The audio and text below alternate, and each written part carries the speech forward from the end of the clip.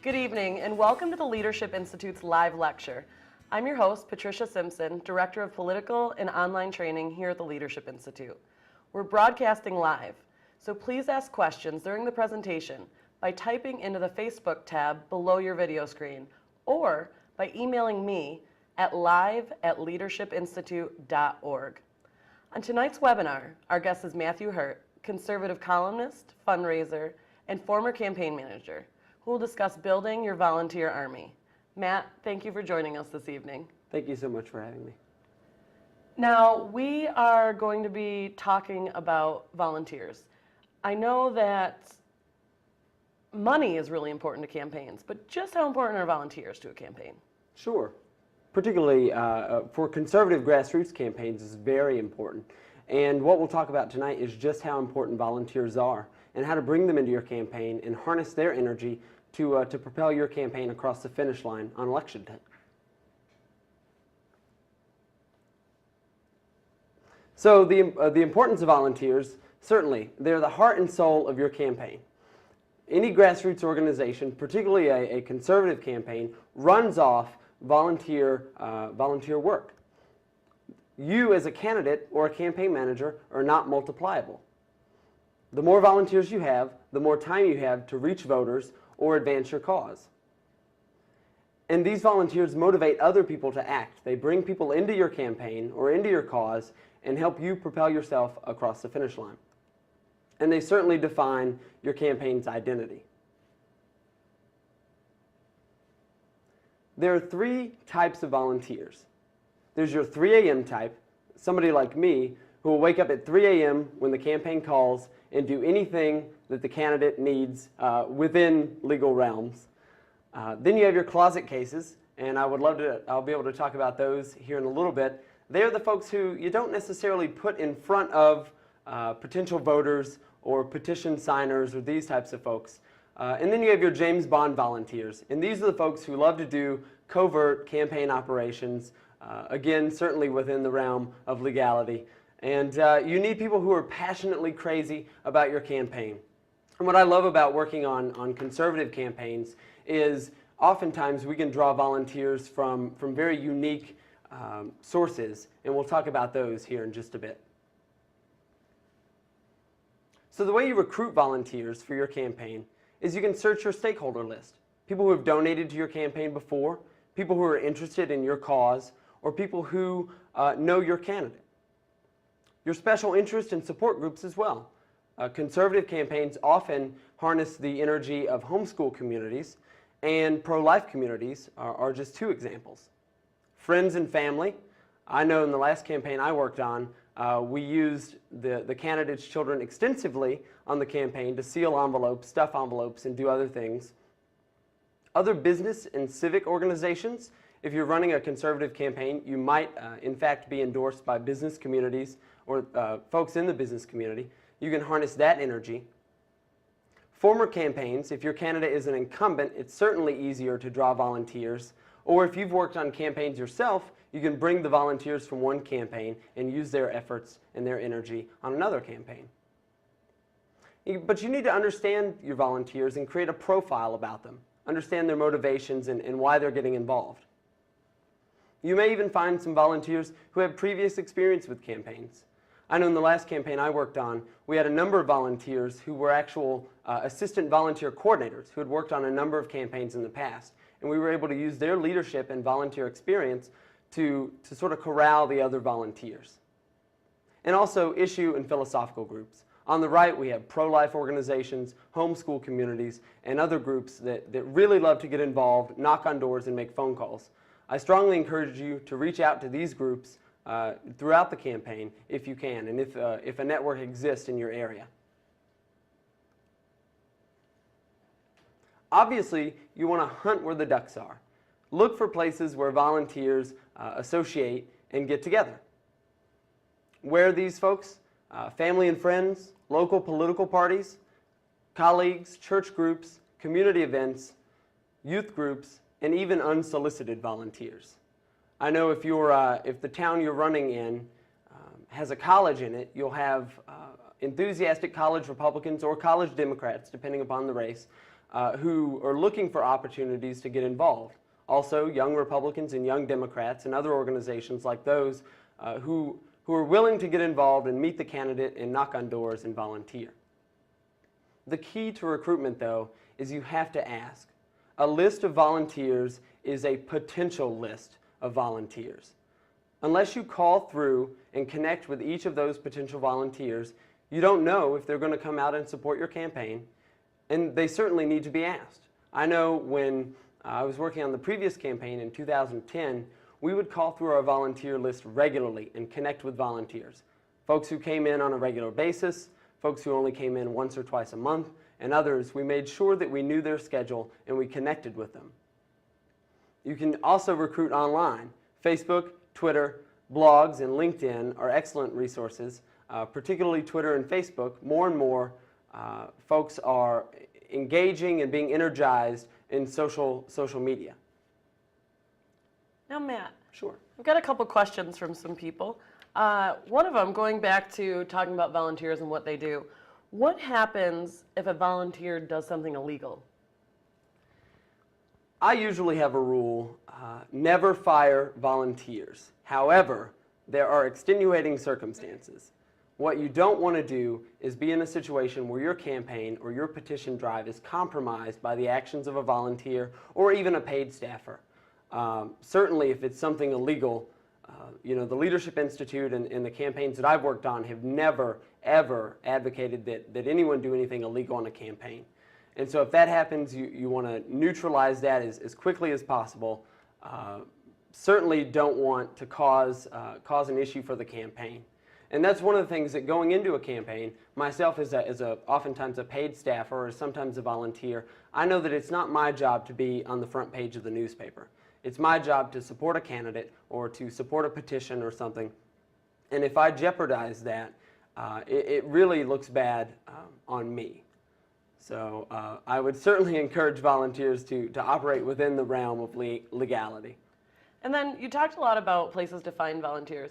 Are there any creative outside-the-box places that you thought of when you were running campaigns in the past to find volunteers?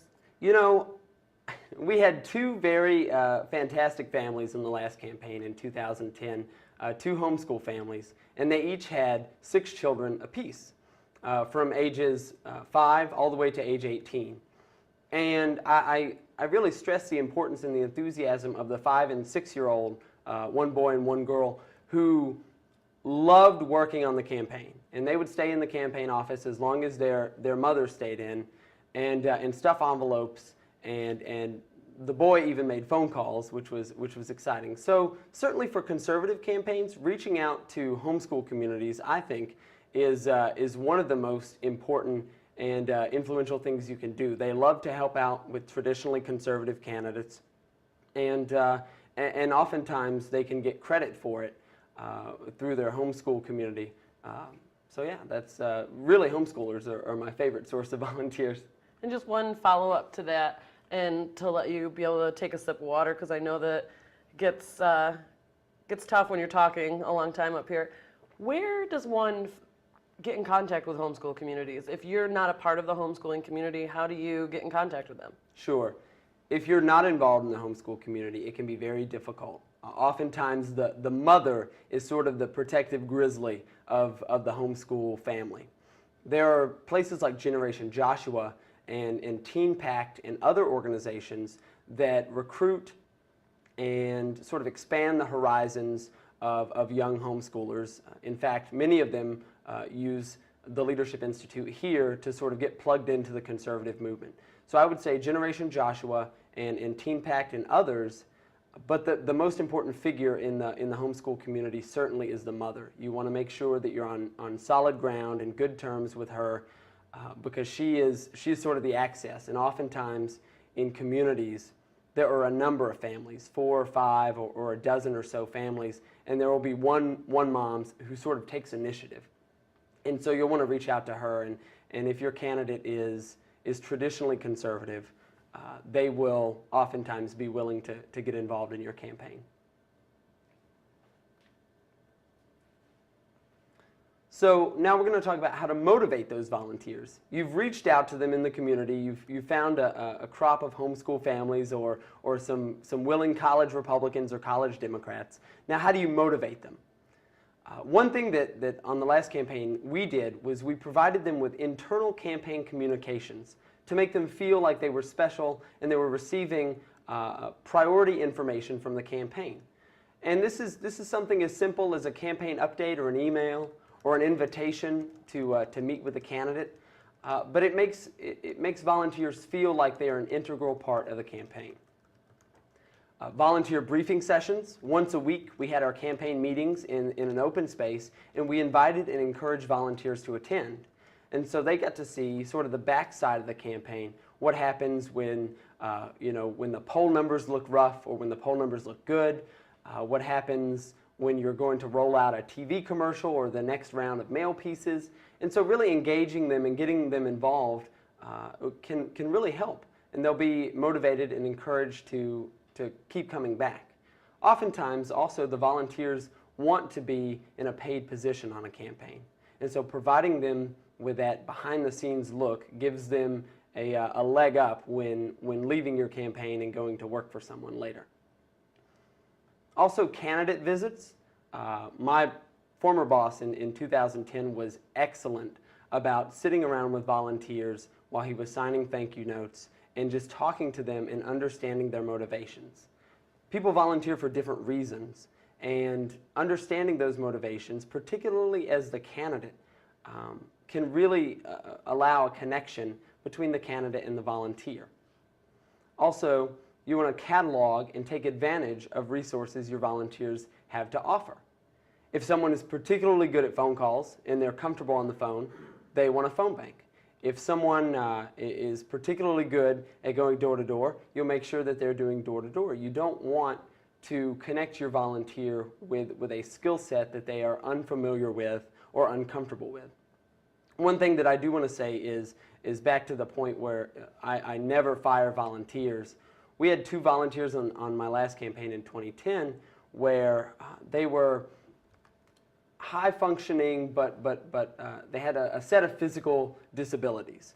And rather than turn them away, we welcomed them into the campaign. And one individual just once a week needed interaction with other volunteers. And so he was able to stuff envelopes and connect with our other volunteers. And the other young man was particularly good at lit drops. And in fact, most Saturday afternoons, he would lit drop for local churches. And they would pay him to go door to door and just drop literature at folks' doors. So we found out that he could lit drop an entire neighborhood in just an hour or 2. So we were able to plug him into the campaign that way. So when volunteers are treated the right way and they feel a sense of ownership of their responsibilities and they're connected to the campaign, they're going to become activists and stay involved in your campaign. They also become leaders, and later on down the road, they'll get involved in other campaigns or petition drives, and it's really a fascinating thing to see a volunteer come in, wet behind the ears, new to the campaign process, and to get them involved and see them grow throughout the course of a campaign. To motivate your volunteers, first you have to know them. You have to understand what motivates them. Most importantly, you have to know their names. My former boss was excellent at knowing a volunteer's name. First and last name, he knew their parents' names, he knew what school they went to, he knew what their interests were. You have to understand their goals and motivations. Why is someone volunteering? Do they want school credit? Do they want to one day be a candidate? Do they want FaceTime with your candidate? There are a number of motivations, and understanding those really allows you to connect with your volunteer and keep them engaged and keep them involved. You always want to follow up, don't check up. Be genuinely interested in the progress of a particular task that you've assigned a volunteer. If they're supposed to call a call sheet of 100 names or 200 names, connect with them and say, hey, have you done this? Have you completed this task? How's it going? Seem genuinely interested, and you should be genuinely interested in the success of your volunteers. If it looks like they're going to come up short or they're not going to succeed or cross that finish line, you can help them by assigning someone to help them with the task. But always be very, very kind and understanding. You know, volunteers are giving up their time where they could be oftentimes studying for school, going to church, or involved in other civic organizations. They're giving you their time for free. And so you must understand that, one, you shouldn't waste their time, and two, you should connect them with a task that they're comfortable doing. You could publicly thank them. This is something that my boss was particularly good at in the last campaign. He sent every volunteer a personal message, and he said, you know, thank you so much for stuffing 500 envelopes, or for making 200 phone calls, or thank you so much for, you know, knocking on 50 doors. You've done an excellent job. Thank you. At our campaign events and meetings, he would publicly thank them. And it gives someone a sense of pride. And this isn't, you know, just for campaigns. This is in real life too. People want acknowledgement for their successes. And one thing that I was interested in early on are letters of recommendation. You know, if I want to get a job on that next campaign, or maybe I want to get into the good college, I volunteer on a campaign, and at the end of the campaign, the candidate or the campaign manager provides a letter of recommendation. You know, myself, Matthew, was excellent on the phones and was a committed volunteer. He came in 15 hours a week and did a great job. Stuff like that really resonates and makes the volunteer feel important. And always provide refreshments. The two homeschool families I referenced previously would stay in the office until 11 p.m. most weeknights, so long as they had a steady supply of pizza and sweet tea. And so we could keep them around for as long as we needed, so long as we fed them. You should always have snacks or refreshments or something in the office so that volunteers, you know, you don't know if they've had something beforehand or if they're going to dinner afterwards. So make sure that they're well fed. A well-fed volunteer is a happy volunteer. Then we're going to talk about managing those volunteers. You've got them in, they're motivated, they're excited about the campaign, and sometimes they get a little too excited. So you want to be able to keep them on task and keep them focused while advancing your cause in your campaign. There's absolutely no limit to the number of activities that a volunteer can take part in. From door-to-door, sign waving, phone banking, lit drops. On a campaign, there's an infinite number of possibilities and ways to plug volunteers in. So you need someone who is going to organize those volunteers to make volunteering a rewarding and enjoyable experience. As I said previously, you don't want to waste a volunteer's time. If someone comes into your campaign headquarters or your petition drive and you say, oh, I'm sorry, we don't have anything for you today, it's a tremendous waste of time for those volunteers. So you always want to have something for them to do, some way to plug them in. And always keep in mind your volunteers' experience. Some people, it's their first time on a campaign. Some people are veteran campaign volunteers. One lady in particular named Mary, she was probably in her 70s, and she had worked on a number of campaigns before in the 2010 cycle. And she was excellent at personal visits when our candidate couldn't make it, personal visits to older voters.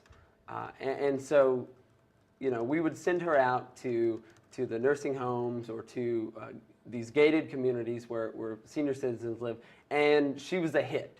And she loved doing it. She loved connecting with older voters. So we made sure that she did that any opportunity she got.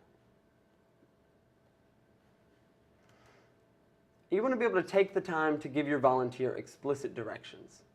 Because of the level of experience of volunteers, some folks aren't comfortable on the phone, or they don't know how to phone bank, or maybe they're not sure what to say when they get to the doors, when they're going door to door, or maybe they're not sure what to do if they get a compromising looking salute when they're sign waving.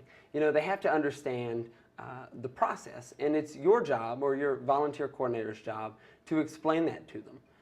Maybe do a mock door-to-door experience where your volunteer knocks on your office door and you do the back and forth, and maybe you ask them a few questions about the candidate so they understand the candidate and the message and the experience.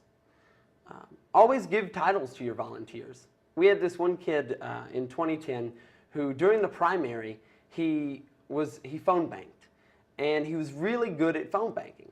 So after the primary, we made him the phone bank volunteer coordinator. So volunteers would come through him to get their call lists, and they would talk to him, and he organized the entire thing. And by the end of the campaign, he had made somewhere around 10,000 phone calls himself and the volunteers he operated with.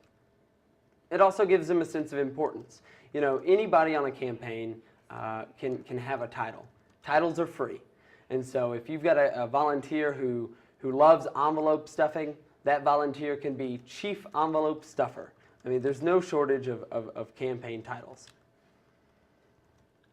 But what you want to do when you're giving a speech to a group or going door to door for your volunteers, make sure you have sign-up cards to recruit potential volunteers. When we found, my candidate was fantastic, when we found a supporter at the door, we would ask them, you know, 1, would you like a yard sign? 2, do you have any children who are between the ages of 14 and 18 who would like to volunteer on the campaign? So we'd give them sign-up cards and get them engaged that way. You also want to collect business cards. My former boss was excellent at this, and he had been in office for a number of years and had business cards from all the way back from the beginning of his time in office. And so he could go back through these, through the Rolodex and call these individuals and get them involved in the campaign. You make sure that your volunteers have specific assignments. You don't just have a volunteer come into the office and say, oh, you know, find something to do. We've got plenty going on. Say, you know, today we'll be doing phone banking. Appreciate you here. Tomorrow we're going to go door to door. If you'd like to do that, you can join us. But make sure you have very specific assignments.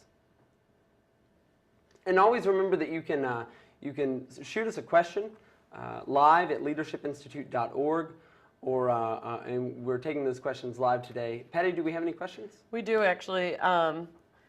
There's someone who's asking, you're speaking a lot to how your former boss, when he was running for office, got to know all of the volunteers. What happens if you're working on a larger race where the candidate isn't necessarily around that much? How do you still develop a personal relationship between the candidate and the volunteers, or at least let the volunteers know that they're appreciated? Sure. On a larger campaign, a congressional race or a U.S. Senate race, or even a presidential campaign, you're going to have significantly limited contact with the candidate. You may see the candidate once a week. I know in January 2010, I went to volunteer for Scott Brown in Massachusetts in the special election. And so I rarely interacted with Scott.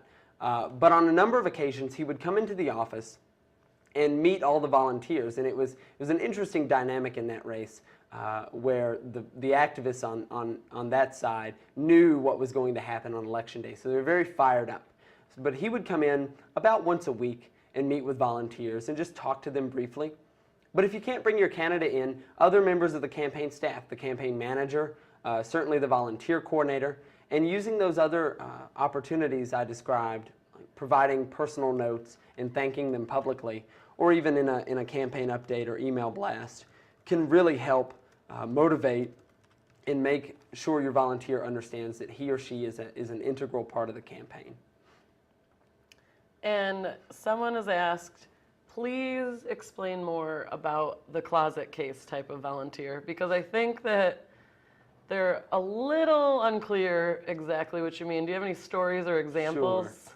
Sure. And I really like to, there's a thin line when describing closet cases. Closet cases are individuals who may be abrasive.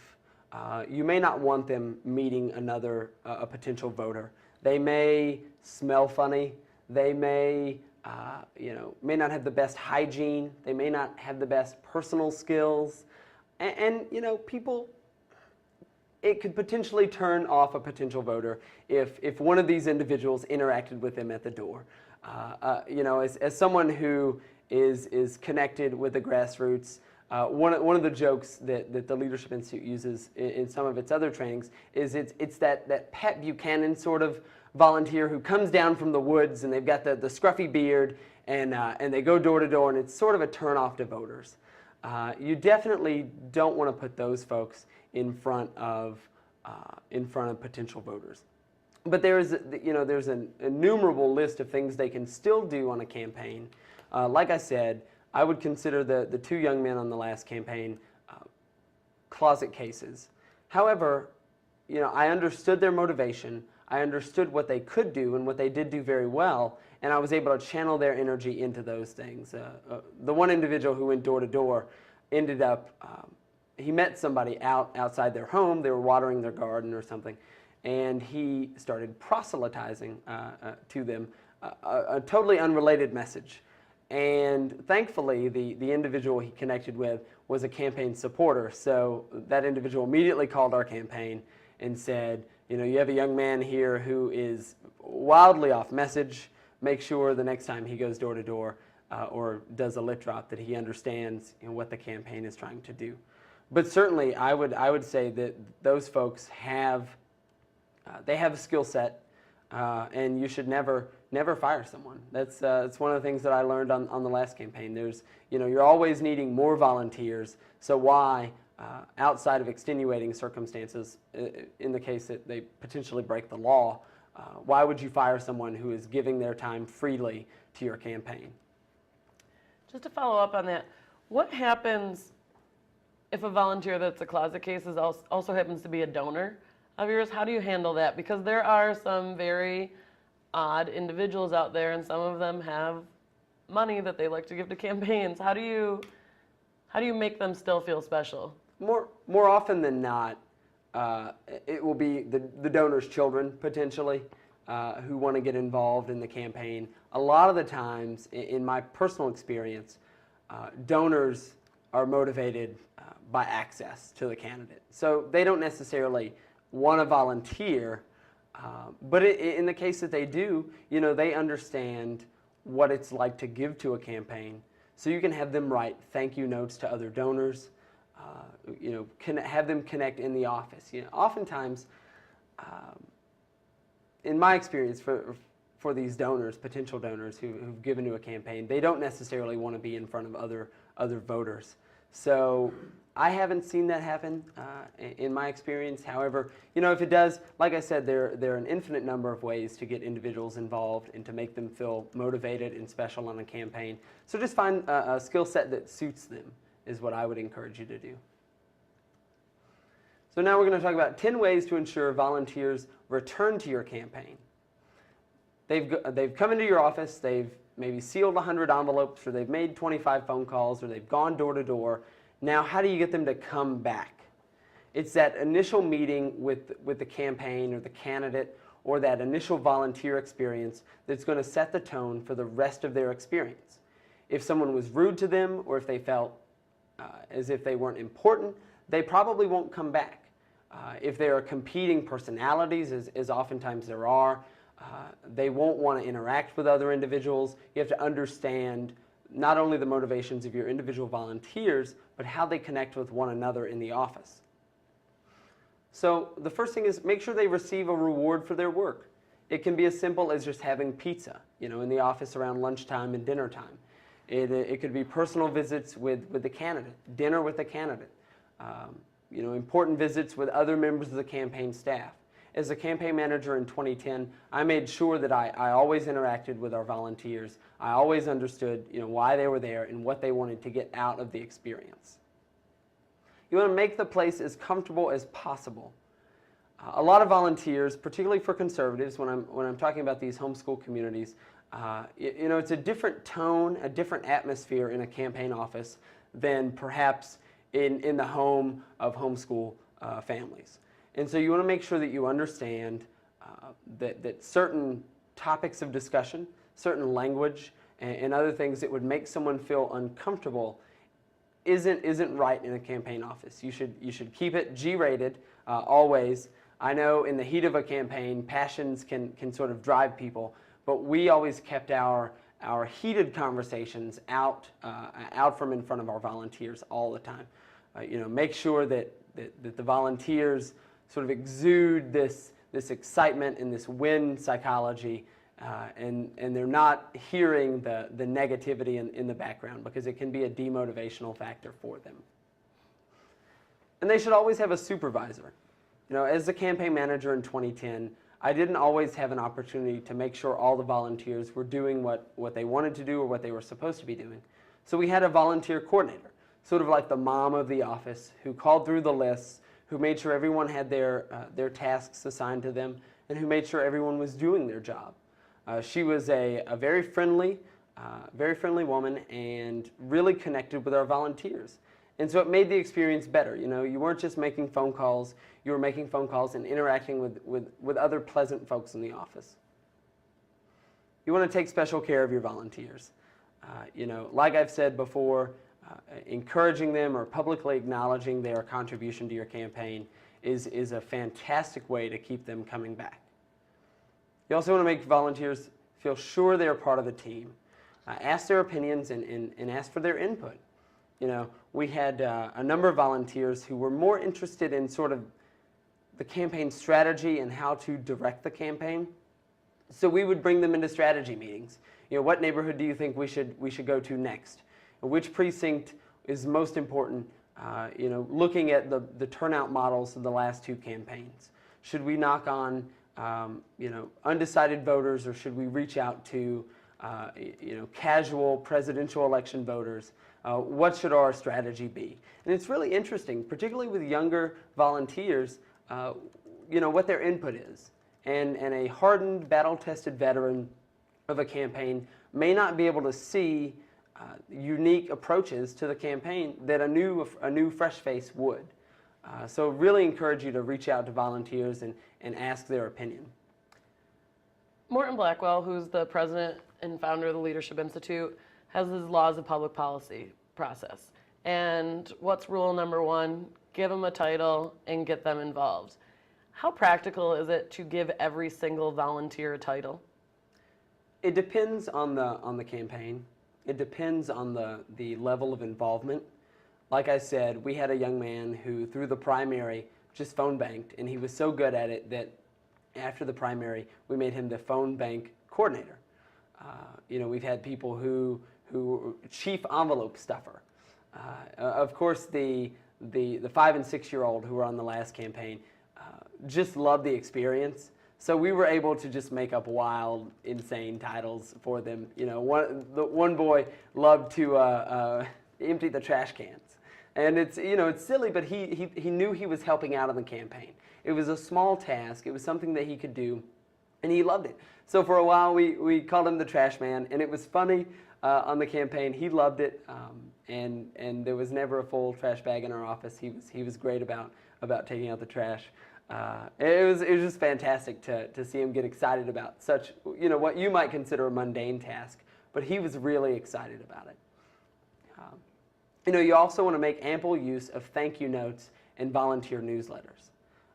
You know, all the candidates I've ever worked for have been solid on writing thank you notes. You know, dear Matt, dear Patty, you know, I really want to express my appreciation for the 15 hours you worked on the campaign this week. You know, I really value your time. I know you're studying for that AP history test, or I know you're trying to get college credit, or I know, you know, you've got other obligations. You've got church or baseball or whatever it happens to be, but you've taken time out of your schedule to help us with this campaign, and that means a lot. And, you know, something as simple as that, a simple thank you note, really can connect and make a volunteer feel particularly important. We've got another question. This is from Andrew, and his question is, how long before a campaign kicks off should you start building a group of volunteers? If you know you're going to run for office, you should have a network of potential volunteers ready to go. If it's a local campaign, you're not going to draw as many volunteers out as if it were a congressional campaign or a Senate campaign or even a presidential campaign, where people are more drawn to the name of the individual or the understanding of access to that title. If you're running for dog catcher in Lewisburg, Tennessee, you know, the people you're probably going to be working with are your cousins, you know, your siblings or people like that. But if you're a larger campaign, volunteers sometimes generally just are attracted to that campaign, so they'll get involved. You know, it depends on the size of the campaign and the level of interest, but certainly you want to have volunteers early and continue to grow your volunteer list. Which leads me to this next point. Always stay in contact with all your volunteers. We had our volunteer coordinator who once a week would call through the entire list of 80 or 90 volunteers and say, when can I get you in the office? When can I get you to do door-to-door? What's your schedule like this week? How are you on Tuesday? And at the end of the campaign, we had developed a pretty sophisticated schedule, which we posted on the wall so that volunteers knew when they were supposed to come in. They knew who else was going to be in the office with them. And they would sign up themselves eventually. They would just sign onto the sheet and get involved in the campaign that way. But regular contact with volunteers, because they are so busy, because everyone is balancing their family life and their school life and all these things, it really is important to stay in contact with those volunteers. You also don't want to become impatient with inexperienced volunteers. So someone's not good on the phones the first time. You're able to work with them without getting flustered or without getting rude. This is an unwanted exchange between a volunteer and a campaign staffer. If they don't operate or they don't live up to your expectations, you have to understand maybe they don't have the experience. Maybe they should do something else, or maybe they just need more coaching. But also, you want to make it possible that the candidate has a lot of contact with your volunteers as well. Like I said in the last campaign, we had our candidate was in often. In a larger race, it's more difficult, yes, but they can connect with the office coordinator or the volunteer coordinator, just someone with a title who's a paid staffer who can reach out to them and connect with them on a personal level. It's important to have that personal contact. And give the volunteers a good leader. You always want to lead by example. And this is in the workplace or on the campaign. My first job was at a movie theater, and I did the dirtiest things like cleaning poppers. It's not a fun task, but when they promoted me to supervisor, I made sure that my other staff members knew that I would do that task before they had to do it. And so as a campaign manager on a campaign, I would do the things I didn't like. I don't personally like phone banking, but I would sit and I would phone bank with volunteers. I'm not a fan of taking out the trash, but I would show volunteers that no task was too menial for somebody in the campaign to do. And leading by example is really an important thing that can show the volunteers just how important even, like I said, the most mundane tasks can be. And things to remember. Don't take your base for granted. If you're a conservative candidate, you're going to have a natural base with homeschool communities, with potential church groups, with other civic organizations, whereas oftentimes on the left they're connected to unions and other organizations like that. But don't take them for granted. Reach out to them. They're not just going to join your campaign on a whim. They have to be asked. Understand their motivations. If it's school credit, if it's, they want to get that letter of recommendation to go to college, you have to understand those motivations. Maybe they just like working on campaigns because they want to be the next Karl Rove. Understand what that motivation is and sort of channel their experience toward that motivation. It'll keep them coming back and keep them engaged in your campaign. Treat them right. Occasionally it'll get rowdy in a campaign office. People will be excited about the candidate. They'll be shouting and horseplay. You want to make sure that you keep that locked down. People can have fun, but they need to make sure they're focused on their task at hand. You also, if you're a campaign staffer or the candidate, I can't stress enough how a meaningful connection can really improve that volunteer's experience. And if something happens and they're made uncomfortable in the office, they won't come back, and you've lost that volunteer. You've lost hours and hours of volunteer work. You want to create activities that motivate volunteers. If our volunteers finish their phone lists by 8 o'clock or by 9 o'clock, we would take them out for ice cream or for frozen custard. It was one of those, like, if you do this, you achieve this goal. If you make 250 calls, we'll go out or we'll see a movie or we'll relax for a little bit. It's one of those things where the campaign can be heated. There's a lot of work to be done, but you want to make sure you have time to relax and to have fun. And your volunteers have to be friendly. As I described with closet cases, they're not necessarily the best folks to put in front of voters. They should be friendly. Everyone should be excited to be there. They should be in good spirits, and it sort of motivates the campaign. It propels the campaign toward victory. If you're working on a losing campaign and the campaign staff is always sour and they're always negative, it's really going to motivate people to stay away. Volunteers will not come and work on what they suspect is a losing campaign. So make sure that spirits are high, that volunteers are friendly, and that your interactions are well received and welcome. And I guess at that point, if We've got a few questions. Got a few questions? Yeah, absolutely. This person lives in a very rural area, and it's difficult for volunteers to get to the office all the time. What are some solutions for people who live in a sparsely populated area? Sure. And in this instance, things like door-to-door would be very difficult. You know, it's often the candidate and the driver driving from farmhouse to farmhouse in, rural Montana or something. Depending upon the level of engagement in the campaign, major campaigns, congressional campaigns and Senate races have oftentimes have a way where you can plug in online and make phone calls from your home. If you're in a campaign that allows that, certainly harness that energy. We didn't let call sheets walk out of the office in 2010. It was a smaller race. People could get the calls done in the office, but there are ways to get folks involved. Maybe have them attend civic organizations. It would definitely not behoove them probably to go door to door or to always make it into the office. That's really good. Another thing that I heard from someone when I was teaching at a grassroots training is it's often hard to find volunteers when you live in a rural area. And someone brilliantly said the best place to go to find volunteers is at your local dump. Because everyone has to get rid of their trash. And instead of door to door, they went and signed people up. They helped them carry trash in their car to the dump, and it was an interesting idea and certainly clever, and it worked for that campaign. Sure. There's no shortage of opportunities to connect with other people and bring them into the campaign.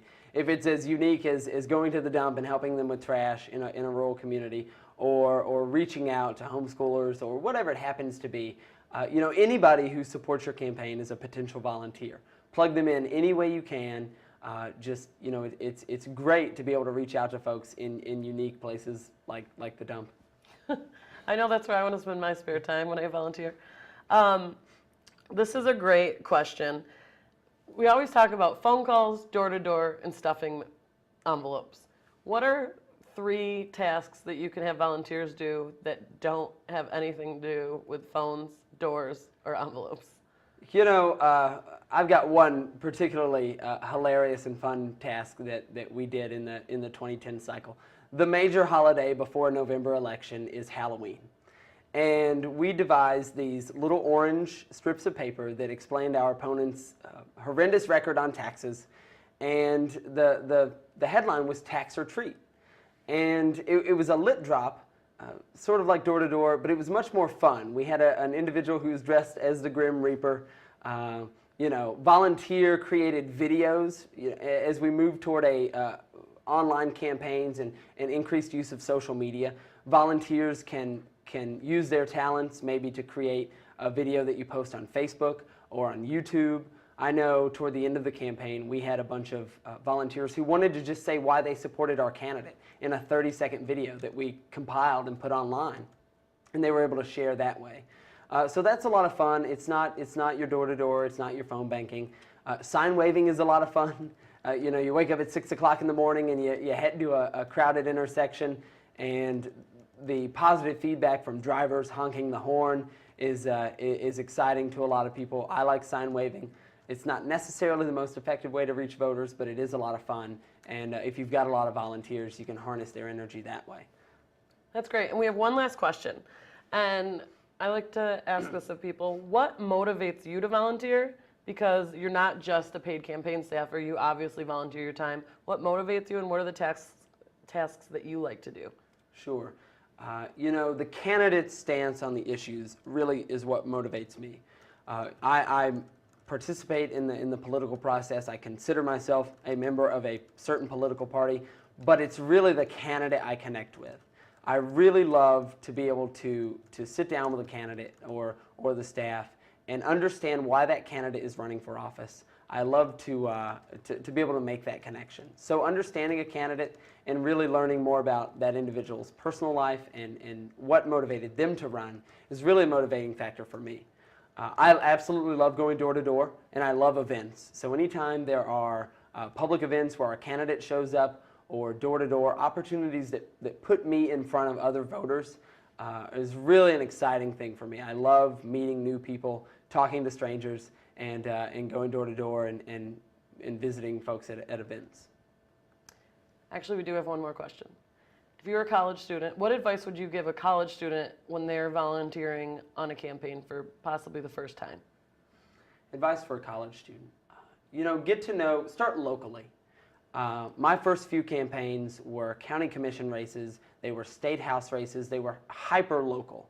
And that ensures that you are directly connected with a candidate. You're going to see that candidate probably every time you volunteer because it's such a local campaign. So I would say start small.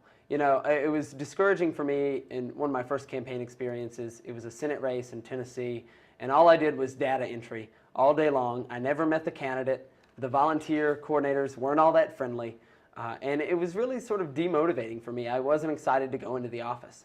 But on a local race, a state house race or a state senate race or a House of Delegates race, you really get to know the candidate's family, and the other folks who are volunteering. So I would say start locally. Fantastic advice. Well, Matt, thank you for joining us tonight. Thank you so much. And thank you for the insight on the topic. We learned a lot tonight, and I hope that everybody at home will use this election cycle and election cycles in the future. And thank you for joining us and asking great questions throughout the webinar. As a reminder, tonight's broadcast was recorded and will be available on LI's website. Please join us next week as we discuss how to organize powerful precincts. You can register just by clicking just to the right side of your video screen on next week's webinar. It's at noon. Hope to see you then. Have a great night.